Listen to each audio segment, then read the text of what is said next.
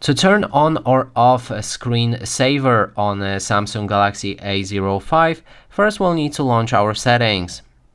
Then move into the display. Scroll down and on the bottom you'll be able to find screensaver.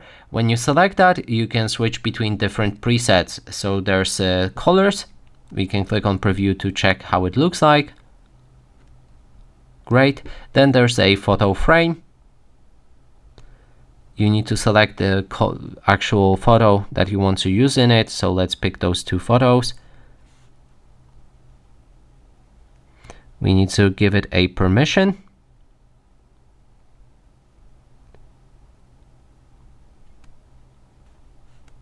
And then when we go back, we can select the screenshots and then preview it.